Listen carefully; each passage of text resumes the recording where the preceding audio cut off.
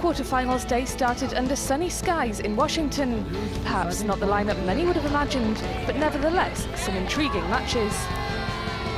World number 9 Nishikori went up against Tommy Paul. His American opponent ranked some 216 places lower and looking for a first ever top 10 win. Perhaps feeling a little tired following a late finish in his previous match, it was Nishikori who was on the back foot early on. Taste of Nishikori's own medicine. In set 2, Paul was now on the verge of the biggest win of his career, but somehow Nishikori found enough to save match point.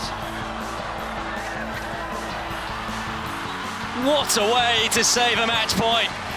A tiebreak ensued, and the American held his nerve to race to a 3-love lead. Oh yes, I think it's safe to say there's some adrenaline in the system.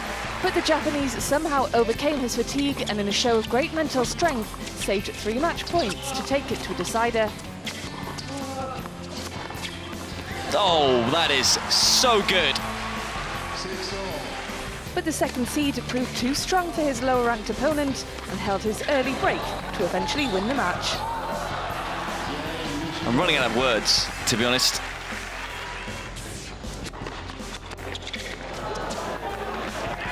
What a comeback. What a performance. And what a match. You have to feel for Tommy Paul. He has won many, many fans tonight, the 20-year-old. First up on Stadium Court with third seed Milosevic and an in-form Jack Sock, separated by just 9 places in the world rankings. And as was to be expected, it was close, until this inspired play from Sock set him on his way to securing break point and the first set. That's got to be one of the shots of the tournament. And that's where the string's going to help you out a little bit, isn't it? Because at the end of his range, he was able to get an incredible return at full stretch down the line, and then to have the control here. What an athlete this guy is. There was more magic from the American in the second, and it wasn't long before he got the break. I think he enjoyed that one too. Raonic is looking a beaten man right now. A lacklustre return from the Canadian handed Sock his 3rd win in 11 meetings between the pair and a place in the semi-finals at the 5th time of asking. Jack Sock is the first player through to the Washington semi-finals. Only a matter of hours after his marathon match with Dominic Thiem, Kevin Anderson was back in action, this time against an opponent who on paper should prove less of a challenge. But Yuki Bambry was more than a match for Anderson, and the South African had to be at his best to take the opener 6-4. That's a gutsy hold as well from 15-40 down. The world number 200 was playing well and clearly confident after a strong first set.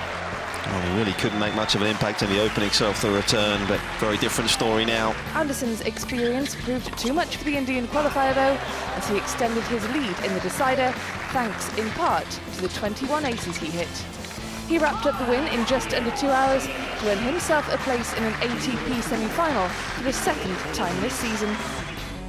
A glimpse into the future now as 2 next-gen talents went head-to-head. Daniil Medvedev and Alex Zverev were up next. It was a nervy start for the Russian, and Zverev was soon a double break-up. He looks a little discombobulated, doesn't he? Perhaps almost a little overawed at the moment, whether it's the occasion or the opponent.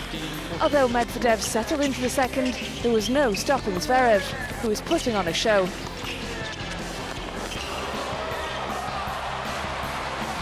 He enjoyed that one. So did the crowd.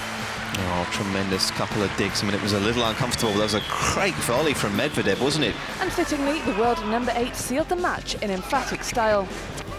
It's an ace to seal the deal. What a performance from 20-year-old Alex Zverev.